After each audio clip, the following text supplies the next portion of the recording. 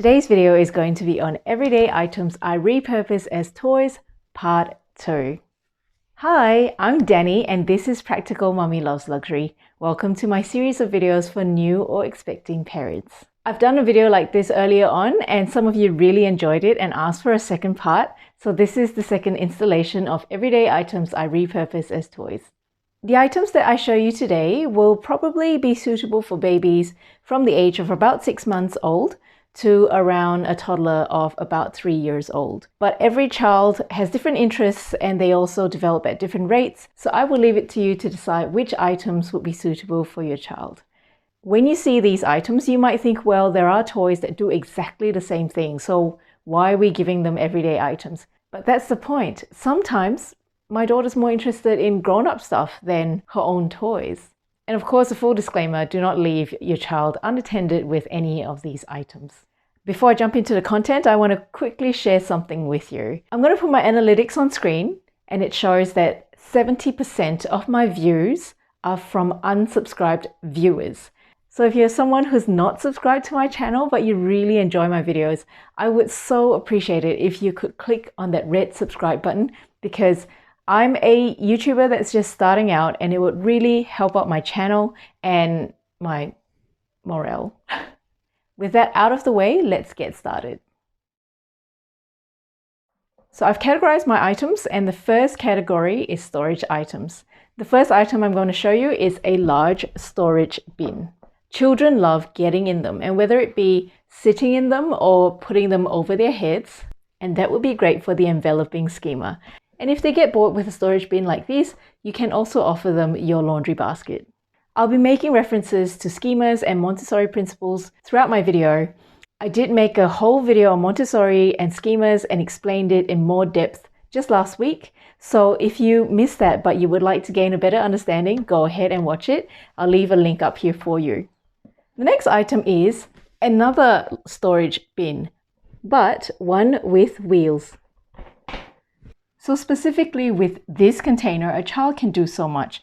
They can open it up, they can put things in, take it out, but the wheels are an extra feature because they can push it around. My daughter absolutely loves doing that, and that will be great for the transportation schema. The next category would be cleaning equipment. And the first item I'm going to show you is a dustpan and a broom. This is actually my daughter's toy dustpan and broom. I do have larger ones that I let her play with. However, they're really dirty and I didn't want to show them to the world. So, but you know what I mean. Like what I've done, of course it's fine to buy a toy version for your child, but if they get bored of it, you can offer them the big one. And the same goes with brooms and mops. This dustpan and brush comes with a toy broom and mop as well. However, my daughter prefers to play with the grown-up versions, although they're 3 times as tall as her. And with cleaning items, it goes in line with the Montessori principles of teaching children how to participate in practical life activities. The next item is a spray bottle, and it makes a great substitute for water guns. You can fill it up with water and just spray each other for fun, or you can teach them to use it to spray plants. The next items are brushes. This one is a bottle brush. In my last video, I talked about saving and repurposing formula bottles as toys. So your child can use this bottle brush and pretend to wash them with it. The other brush that I got here is a silicone brush. It is soft and is bristly, so it is very sensory for a child. I don't use this brush particularly frequently, but if I did, I would probably buy a spare one for her. The next cleaning item is a sponge. So the sponge is great for bath time and water play. The child can just soak the sponge in water and practice squeezing it out. But in terms of outdoor play, what my daughter likes to do is that she likes to get the sponges all soaked in water and she flicks the water at us. Or you can grab the soaked sponge and throw it at each other. It's a great alternative to water balloons. Moving on to dressing items, and the first item that I've got is a comb and a brush. This is a comb brush that I got from a travel kit. It's got a comb on one side and a brush on the other. She can use this to practice brushing my hair or my husband's hair or her doll's hair. So it lines up with Montessori principles as well. The next thing is socks. They can be new socks or they can be old socks. And I'm talking about adult socks, not baby socks. My daughter, of course, has her own socks, but she prefers to put mine on just for fun. For all socks though, before you throw them out, consider using them as hand puppets. The next item is a box of tissue paper. Little babies just can't resist pulling out one piece of tissue paper after the other. So as long as you don't mind sacrificing boxes and boxes of tissue paper, this is one idea. However, you can also repurpose empty boxes of tissue paper. With empty boxes of tissue paper, the child can practice posting. So like posting letters in a mailbox. Here I just have a paint sample. The other thing a child can do with empty tissue boxes is to repurpose them as shoes. My daughter used to love putting her feet into empty tissue boxes. If you have a cooking set for your child, tissue paper also acts really well as pretend fruit. Once tissue paper is shredded up, they look really floaty as they are being stirred in a pot, so it can simulate real stir frying. The next item in the dressing category is baby hangers. So I get these sometimes when I order some clothes online. My daughter likes grabbing these and just practice hanging them on a clothes rack. In my daughter's nursery, I do have a towel rack where I hang some of her clothes for her to choose from, and sometimes she enjoys just pulling the clothes off the hangers. The next item is a small container with lotion or shaving cream. This is not the actual container, I just can't find the one that I normally use. But the container that I would put sunscreen in for my daughter to play with would be this size. Children do really enjoy playing with these different textures, so baby lotion, sunscreen, shaving foam. They love feeling that in their hands, but I would suggest that you give them only a very small container to start with because it does get very messy. Do get ready for that, I have warned you. The next item would be an old watch. This is one of my very old watches that doesn't work anymore. I was about to throw it out, but I thought I would save it for my daughter. This one's really handy because it is really easy to put on and off. However, any old watch would be fun for a child to play with. If the watch has leather straps, it would be great for the connection schema because the child can practice threading the strap through the buckle. Moving on to the next category of sporting equipment. In this category, I really only have one to show you, which is a tennis ball. But if you have a football or you have a basketball or you have rackets, those are things that you can leave out for your child to play with, provided you don't mind that they get lost or they get damaged.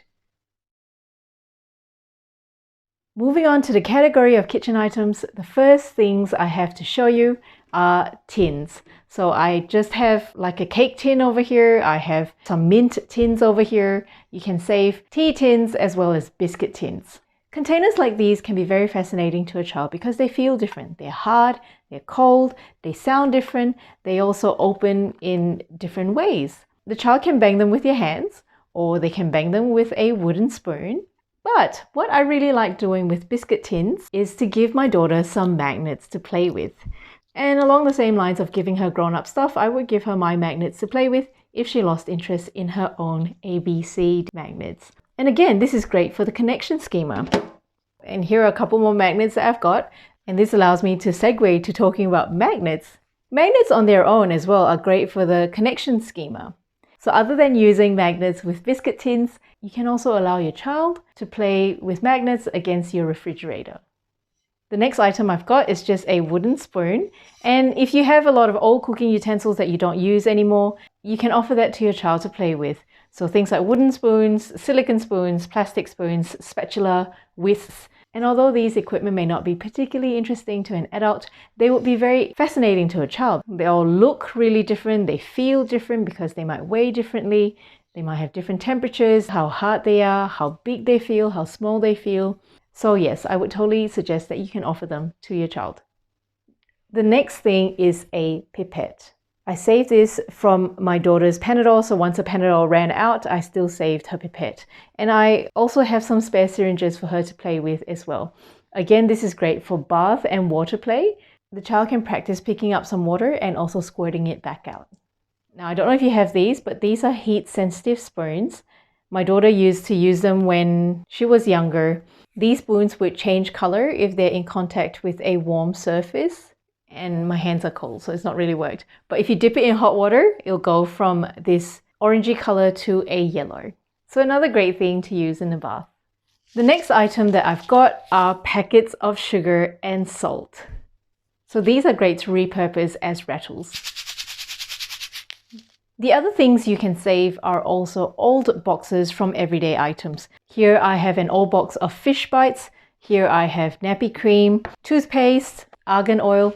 These are great for shopping play because if you have a checkout toy, you can use the scanner to scan all these items and pretend as though you've bought them.